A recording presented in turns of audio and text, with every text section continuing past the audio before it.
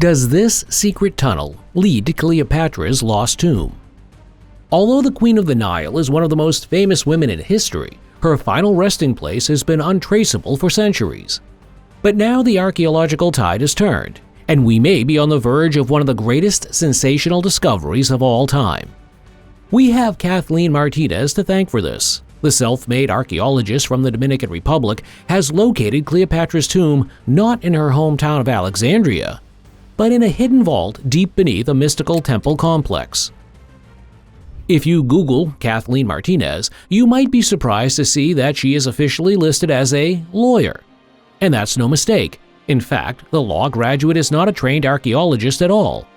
Nevertheless, the Dominican, born in 1966, has been dedicating her professional life to the search for Cleopatra's lost tomb for some time now. Her father, Fausto's private library, is again to blame, and a bitter debate from 1990. According to the story, the then 24-year-old was looking for a copy of Shakespeare's Antony and Cleopatra in her parents' house. However, her father, also a legal scholar, did not take long to pass judgment on the last pharaoh. She had been a pleasure girl, a harlot who threw herself at the most influential men of her time in order to secure her position of power.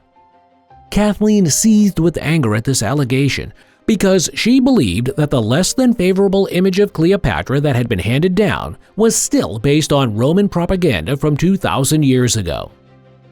The fierce debate that broke out between father and daughter only calmed down after hours, and from then on, Kathleen had only one goal. She wanted to find out as much as she could about Cleopatra in order to uncover the real person behind the myth.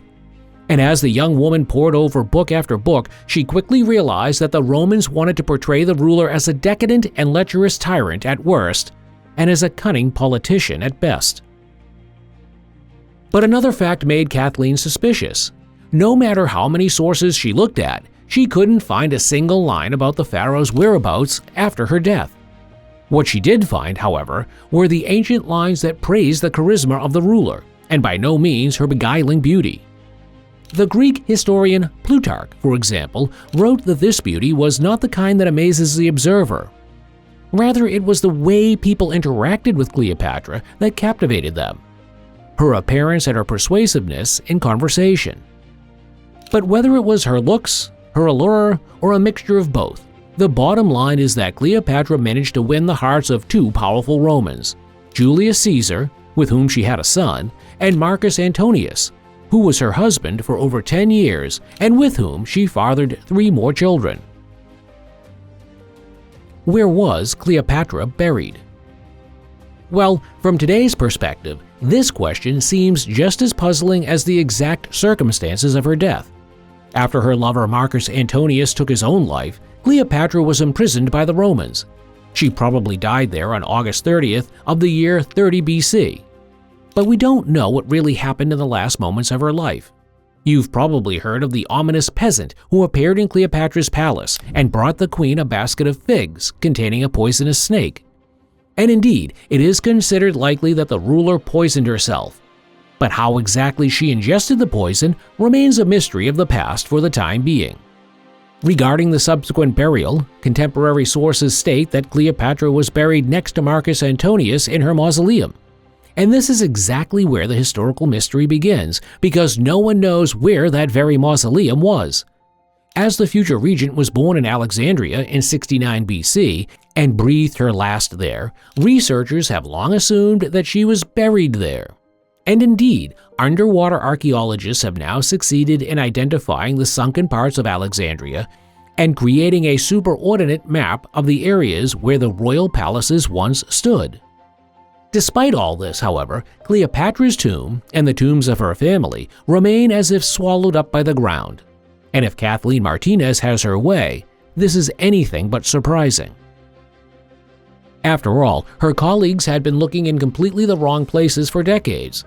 The truth, Martínez is convinced, is that Cleopatra was not laid to rest in Alexandria at all, but in Taposiris Magna. Will this new approach finally lead to success? Located around 50 kilometers from Alexandria, between the Mediterranean Sea and Lake Maritarius, Taposiris Magna was an important port city in Cleopatra's time. The town was also famous for its wine and for its lavish festivals. After a trip to Egypt in 25 BC, the Greek geographer Strabo reported on a large public event that was presumably held in honor of the god Osiris.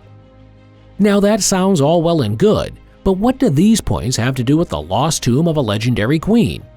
Well, that's probably exactly what Zahi Hawass asked himself when he met Martínez for the first time and gave her exactly 2 minutes to make her point.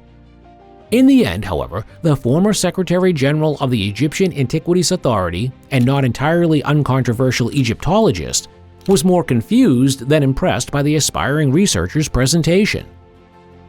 Despite all this, Martínez was granted permission to conduct research in Egypt, and she embarked on a path that led her deep into the archaeological heart of Taposiris Magna, which had hardly been explored to date. But the artifacts that were brought back to light here were simply breathtaking. The experts recovered hundreds of objects, including pottery, coins, gold jewelry, and the heads of statues that were probably smashed by early Christians. But that's not all. Martínez's team has now also unearthed many contemporary artifacts and ruins that show that Taposiris Magna complex served as a temple in the time of Cleopatra and the Greek pharaohs. Some finds even link the complex directly to the world-famous pharaoh. Ancient coins bearing the image of Cleopatra have actually been recovered from the site. The researchers also discovered an ancient Egyptian necropolis here. And the special nature of the burials, some mummies had tongues of pure gold placed in their mouths, leaves no doubt that the absolute elite of society were buried here. According to Martínez, the final and decisive clue for the tomb theory is provided by the religious zeitgeist. Cleopatra was seen as the reincarnation of the goddess Isis, and guess which deity the temple of Taposiris Magna was dedicated to? But let's assume that Martínez is right with her alternative theories, that Cleopatra really rests in Taposiris Magna and not in Alexandria as is generally assumed. How is it then that her tomb was not found long ago but is still hidden? Because we must not forget one thing. Kathleen Martínez has been researching the site not just since yesterday, but for 22 years now. Well, perhaps the archaeological coup of the century took so long because the tomb was never supposed to be found. Martínez assumes that the bodies of Cleopatra and Mark Antony were deliberately taken to a secret location that the Romans around Octavian would never find. And who knows, perhaps the hidden tunnel that was discovered a few years ago in Taposiris Magna leads straight to one of the best-kept secrets of the past. This geometric wonder amazes archaeologists. In 2022, Martínez's team uncovered a hidden corridor under the temple complex that begins 13 meters below the surface and stretches over 1.3 kilometers through the sandstone of the ancient Egyptian city. The construction of the tunnel bears striking similarities to the Epipolaeus tunnel in Greece, which was built in the 6th century BC and is considered a prime example of ancient engineering. And yet there is a small but decisive difference between the two structures. We know that the Epipolaeus tunnel was part of a large water pipeline that supplied the city of Samos with cool water. However, even today, 2 years after its discovery, it is still uncertain where the Taposiris Magna tunnel leads.